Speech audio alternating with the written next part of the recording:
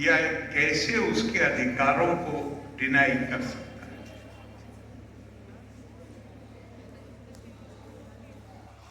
बहुत दफा आपने देखा होगा, कानून तो बहुत जल्दी बन जाते हैं, लेकिन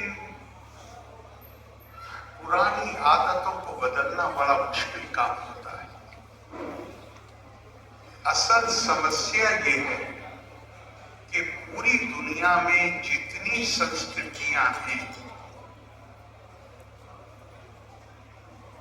वो ज्यादातर इंसान अकेले जिंदा नहीं रह सकता, उसको समाज चाहिए, और समाज को इकट्ठे रखने के लिए कोई आधार चाहिए, और वो जब इकट्ठे होते हैं तो वो एक सभ्यता और संस्कृति का निर्माण करते हैं। तो इकट्ठे होने का आधार दुनिया में क्या बना? हमारी तुम्हारी खाल का रंग एक जैसा है, इसलिए हम इकट्ठे हो जाए। ये ताली बजाने की बात नहीं सुनी है, देखिए ध्यान रखिए। ताली जब इंसान बजाता है ना तो जोश में आ जाता है, और जोश में आता है तो होश में पर्दा पड़ जाता है। इसलिए बात सुनिए प्लीज, ताली मत बजाइए। अगर आप इसे समझे तो बड़ी मेहरबानी हो। दुनिया की संस्कृति और बहुत ताकतवर संस्कृतियां बनी, जो वो उस बुनियाद पे मेरी और तुम्हारी खाल का रंग एक है, इस बुनियाद पे जो आपसदारी का जज्बा पैदा हुआ वो बड़ा मजबूत था। उससे दुनिया पर कब्जा करने की कोशिश। मेरा तुम्हारा इबादत का तरीका एक है, उपासना का खुदा एक है, ये तो सब मानते हैं, तरीके अलग अलग। उसके तय अपनी अकीदत, अपनी श्रद्धा को अभिव्यक्ति देने के तरीके अलग हैं। हमारा तुम्हारा तरीका एक है, इसलिए हम एक हैं। उससे भी बड़ा एक आपसी लगाव पैदा हुआ। हम तुम एक भाषा बोलते हैं, उसने भी बड़ी ताकत की, बहुत सी उसी की बुनियाद पर संस्कृतियों का निर्माण हुआ। भारत दुनिया का के हमारी समस्या ये, हम अपनी सांस्कृतिक विरासत से परिचित नहीं। भारत दुनिया की अकेली संस्कृति है जिसने इन सब बुनियादों को अस्वीकार कर दिया। कहा ना खाल की बुनियाद पे, ना जुबान की बुनियाद पे, ना उपासना की बुनियाद पे, इसकी बुनियाद पे एकता के सिद्धांत के तौर पे इसे हम नहीं मानते। फिर किस चीज को मानते हैं? कहा भारत ने, मैं अपने लफ्जों की बजाय कोई शब्द प्रयोग करना चाहूंगा जो किए गए हैं। शंकराचार्य उस वक्त निकले हिंदुस्तान में जब हिंदुस्तान राजनीतिक तौर पे टुकड़े टुकड़े में बटा हुआ। उन्होंने देश के अंदर एक सांस्कृतिक, तहजीबी, आध्यात्मिक, रूहानी बेदारी पैदा करने की, चेतना पैदा करने के लिए कम उम्र में पूरे देश में 4 मठ स्थापित। आमतौर से आप सुनेंगे भाषणों में कहा जाता है 4 मठ स्थापित करके उन्होंने भारत की एकता को सुनिश्चित। बिल्डिंगों से एकता नहीं होती। आदि शंकर का जो कारनामा है वो ये है कि उन्होंने चारों वेदों से एक एक महावाक्य लेकर चारों मठों में हर एक को एक एक महावाक्य दिया। महावाक्य क्या है? अहम ब्रह्मास्मि तत्त्वमसि, अयम आत्मा ब्रह्मा प्रज्ञानम ब्रह्मा। मतलब परमात्मा आत्मा के रूप में जो मेरे अंदर निवास करता है वो ही आपके अंदर निवास करता है। आत्मा ही ब्रह्म है, और वो आत्मा काहे में परिलक्षित होती है? प्रज्ञानम ब्रह्मा, हिकमत, दानिशमती, अकल, ये उसका का परिलक्षित रूप है। और फिर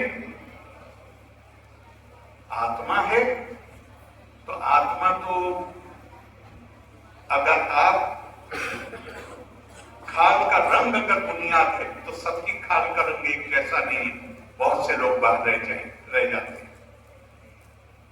अगर इबादत का तरीका उपासना की पद्धति की बुनियाद है तो बहुत से लोग बाहर, अगर भाषा है तो बहुत से लोग बाहर, आत्मा से कोई बाहर नहीं है। सिर्फ इंसान नहीं, जानवर, पेड़ पौधे, पानी के जानवर, हर किसी के अंदर है। बहुत दफा आपने सुना हिंदुस्तान में कभी किसी मुल्क पे हमला नहीं किया, हमारा बस चलता तो हम करते, लेकिन हमारे जो जिन्होंने हमारे ज़ाब्ते तय किए, जिन्होंने हमारी संस्कृति के बुनियादी सिद्धांत तय किए, उन्होंने कहा दूसरे के अंदर परमात्मा को देखो, ये शरीर जो है ये परमात्मा का निवास है। एहो देवालया प्रोक्तो जीवो देवा सदाच, दूसरा कोई है ही नहीं, ये तुम्हारे ही। ये बस मैं इसलिए कह रहा हूं कि मैं तारीफ कर रहा हूं, हम हिंदुस्तानी, हमें एक फितरी जज्बा हो सकता है, आप तारीफ करें। अभी 3 साल पहले सऊदी अरब का मशहूर अखबार सऊदी गजर, उसके एडिटर अल हरबी, इंटरनेट पर चले जाइए, क्या उस आदमी ने अपने ही पेपर में, जिसका वो एडिटर, क्या उसने लेख लिखा? उसने लिखा कि मैं जितना हिंदुस्तान पर गौर करता हूं, मुझे यकीन करने को दिल नहीं चाहता, कोई दुनिया का मजहब नहीं है जो हिंदुस्तान में मौजूद नहीं। इतनी ज्यादा विविधता है, इतनी बोलियां, इतनी जुबानें, इतने मजहब, इतने हर तरह के रंग का आदमी। और उसने लिखा कि मैं जिस खित्ते में दुनिया के रहता हूं, यहां मजहब भी एक है, जुबान भी एक है, तहजीब भी एक है, लेकिन हम एक दूसरे के खून के प्यासे। हिंदुस्तान सारी अपनी तनव्वो, अपनी विविधता, अनेकता, क्यों ऐसा क्यों है? फिर मैं वही कहता हूं, मैं एक बार नहीं कहता, बार बार कहता हूं, इंसान सब एक जैसे, उनकी उम्मीदें, उनकी आकांक्षाएं, उनकी तवक्कुआत सब एक जैसी होती है। बुनियादी बात यह होती है कि आप का जो मेरी ख्वाहिशें, हर किसी की ख्वाहिशें, इन ख्वाहिशों को हासिल करने के लिए मैं किसी अखलाकी उसूलों की पासदारी करूंगा या अपने आप को खुला छोड़ के कुछ भी करने के लिए तैयार। हमारी संस्कृति, भारतीय संस्कृति ने हमारे लिए जो नैतिकता के, मर्यादा के जो सिद्धांत बनाए हैं, उसमें उसमें आपको देखना है कि कोई भी दूसरा व्यक्ति वो आपका विस्तार है। यदा भूता पृथक भावा मेकस्थमन उपश्यति तत् एवाचा विस्तारम ब्रह्मा संपद्यते तथा। ये जितने इस हॉल में बैठे हुए ऐसे भी लोग हो सकते हैं जो एक ही माँ बाप से पैदा है, उनकी शक्लें नहीं मिलती, उनको अलग अलग खाने पसंद है, उनको रंग अलग अलग पसंद है कपड़ों। तो अगर एक माँ बाप से पैदा सब एक बच्चे एक जैसे नहीं होते, तो सब लोग एक जैसे कैसे हो सकते हैं?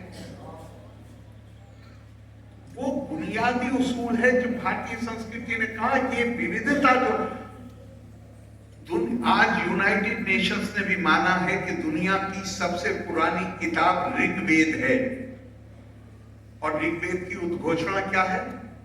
एकम सत विपरा बहुधा वदंती, हक एक है, लेकिन उसको जो जानने की कोशिश करते हैं वो उसको अलग अलग तरह से बयान करते हैं। मतलब क्या हुआ कि रास्ते अलग अलग किसी झगड़े का रीजन नहीं हो सकते।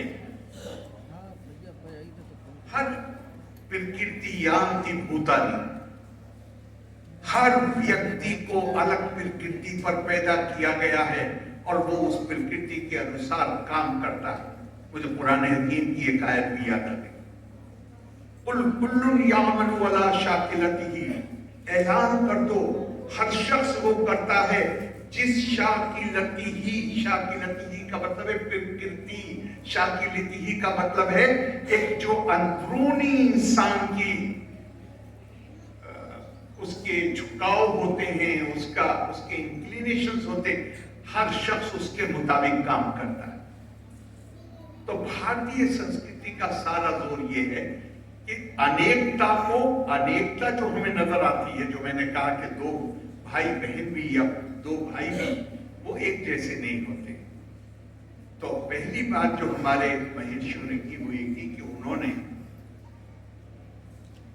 विविधता को, अनेकता को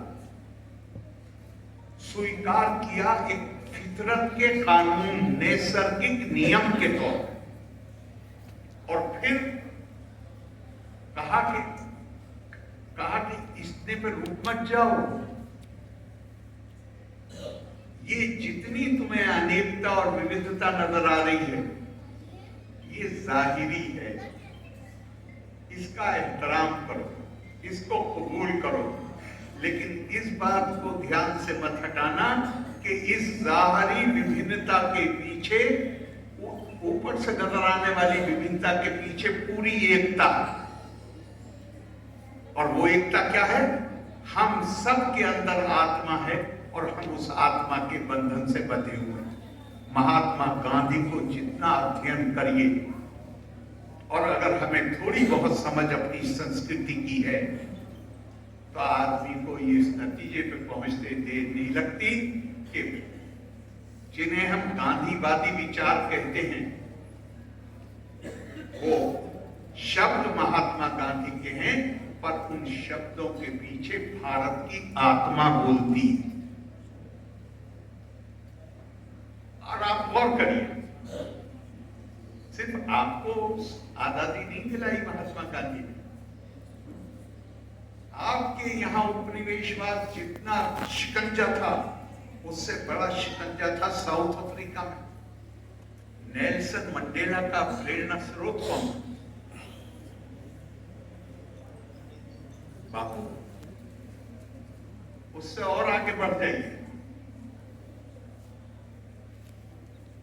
अगर अमेरिका में मार्टिन लूथर किंग जूनियर का आंदोलन न चलता तो क्या कभी ओबामा प्रेसिडेंट हो सकते थे? काले रंग का आदमी कभी प्रेसिडेंट हो सकते? मार्टिन लूथर किंग का प्रेरणा स्रोत कौन था? महात्मा गांधी।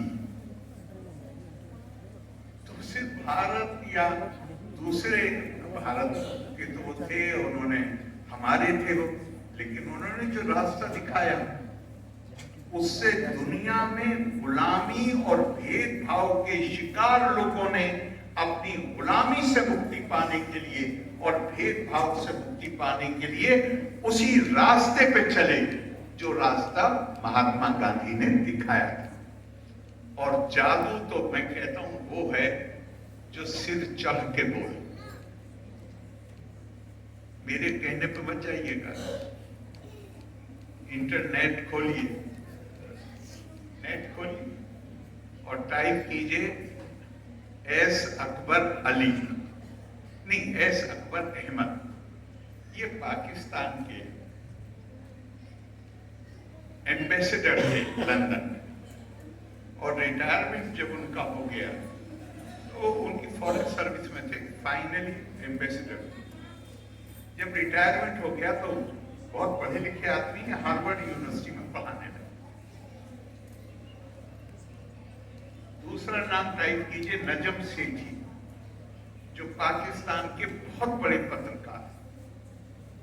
नजम सेठी इंटरव्यू कर रहे हैं एस अकबर अहमद को, जो पाकिस्तान के पुराने सिफारतकार हैं, राजनयिक हैं, और अब पढ़ा रहे हैं हार्वर्ड में। और ये मेरा ख्याल है कोई 3 साल पहले की बात है, वो इंटरव्यू मौजूद है यूट्यूब।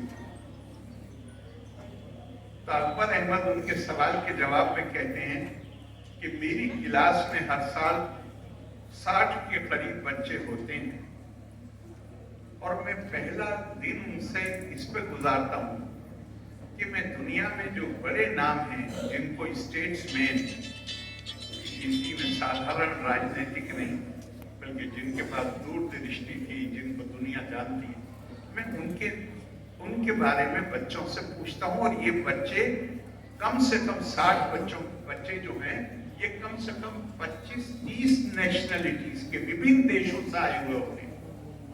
अब वो नजम सेठी को बता रहे हैं, कह रहे हैं कि मैं हैरत में रह जाता हूं कि एक भी बच्चा ऐसा नहीं होता जो महात्मा गांधी को न जानता हो।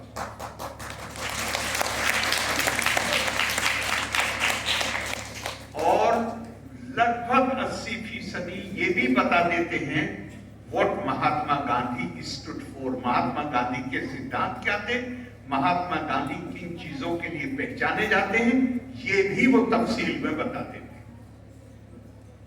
अब ये पाकिस्तान का एक बड़ा आदमी कह रहा है, ये कोई ये ना कहते इस हॉल में बैठा हुआ कि मैंने ये बात कही है, मैं उसका बहुत शिकार हूं। तो और उसके बाद कहते हैं कि मैं जिन्ना के बारे में पूछता हूं तो 2% भी ये भी नहीं जानते कि जिन्ना कौन था। नहीं, मैंने नहीं कहा, मुझे अच्छा मत कहिए। अब इस पर गौर करना चाहिए। क्यों? इसलिए कि याद रखिएगा, आज मुझे किसी ने याद दिलाया कि मैंने यहां कहीं बोला था, मौलाना रूमी का एक शेर, तू बराए फसल करदना आमदी, ने बराए फसल करदना।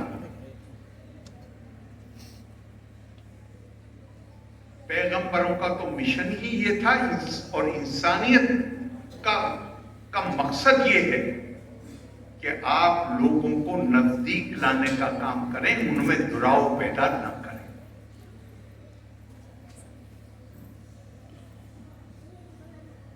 और मैं हैरत में रह गई, ये नहीं कि हम जिन्हें धर्म ग्रंथ कहते हैं, स्क्रिप्चर कहते हैं, सहीफा कहते हैं, वो सहीफा है ही इसलिए, धर्म ग्रंथ है ही इसलिए